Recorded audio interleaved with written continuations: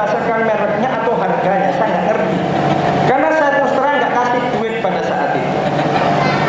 Jadi lama sekali, hampir 1 jam lebih Bapak Ibu. Saya tunggu lama, akhirnya saya masuk ke Indomaret. Dicarilah saya sama istri saya, nggak ketemu. Karena saya ada di dalam toilet. Ya, saya berdoa, ini kapan ini pulangnya? Karena memang cukup lama.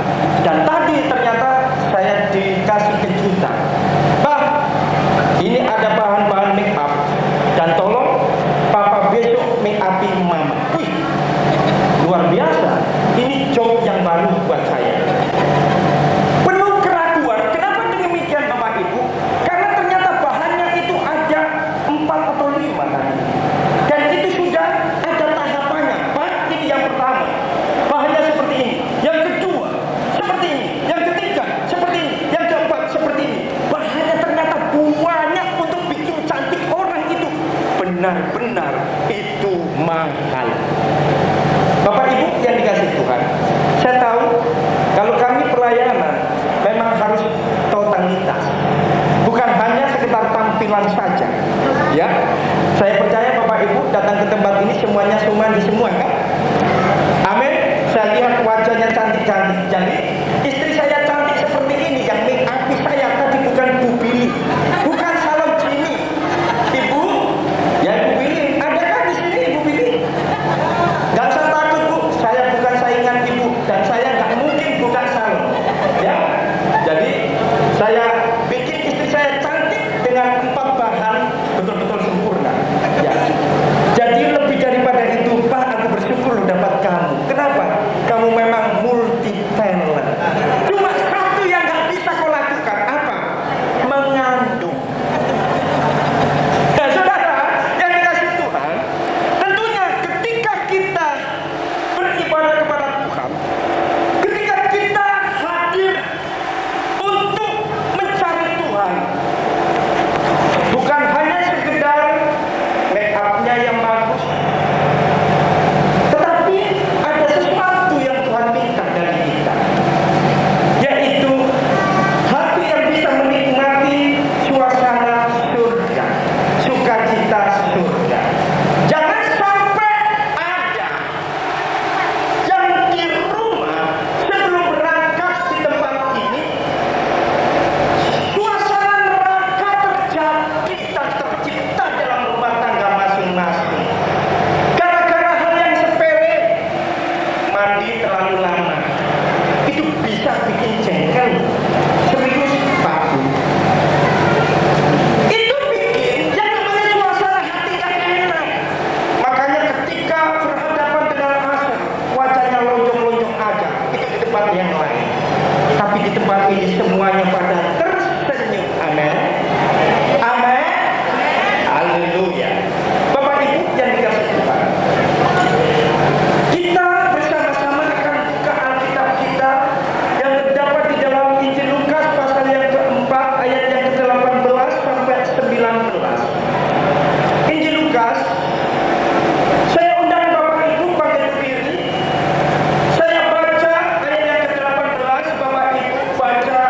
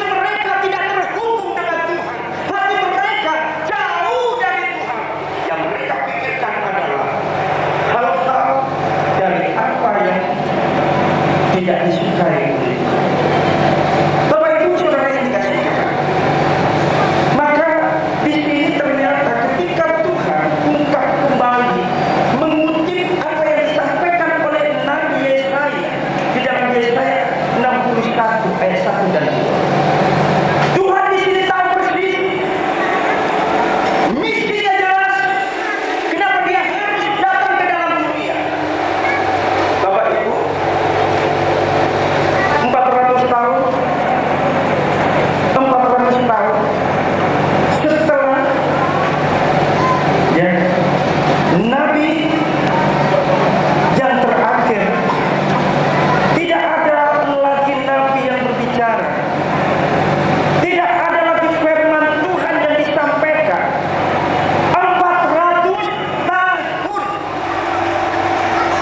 400 tahun manusia berusaha mencari tujuan hidup sendiri. Orang Yunani, mereka berkata seperti ini, orang yang bisa memaknai hidup adalah orang yang bisa merefleksikan hidupnya sendiri. Dengan cara apa? Merenungkan. Aku tadi bikin apa ya? Aku tadi pagi ngomong apa ya? Aku tadi berpikir apa ya? Motivasiku kayak apa ya? Jadi ketika seseorang dikatakan tahu tujuan hidupnya, bangsa Yunani mengatakan bahwa orang itu sudah menemukan. Tapi berbeda sekali Bapak Ibu dengan orang-orang Yahudi. Orang-orang Yahudi mengatakan seseorang ketika menemukan tujuan hidupnya, jikalau orang itu dapat melakukan hukum yang paling sulit dan tidak semua orang bisa melakukan, itu menjadi fokus orang-orang Yahudi.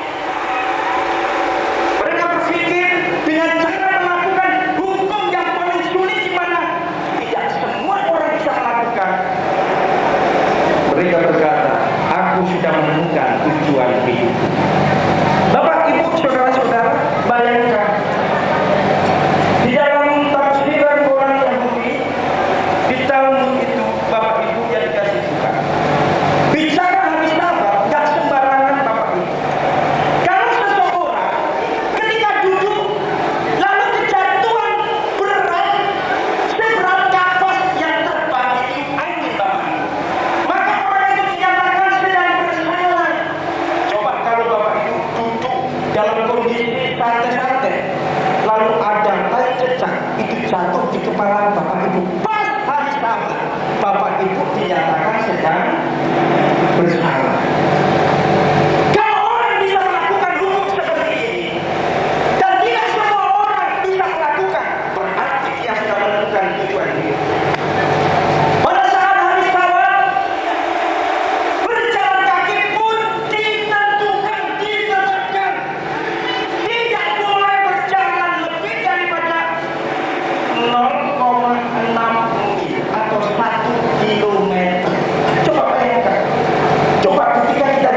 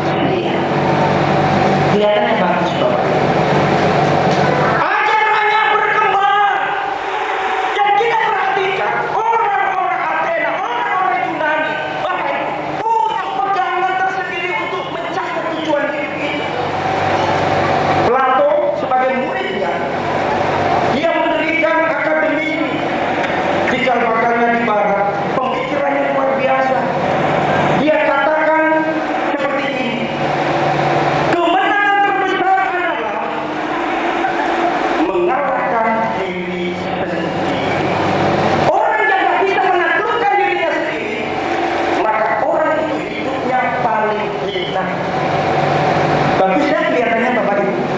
Misalnya Bapak Ibu, ya, misalnya di rumah tadi sebelum berangkat, namanya ibu-ibu kan, tahu sendiri kalau jalan itu Bapak Ibu. Jangan coba-coba Bapak Ibu desah-desah apa namanya?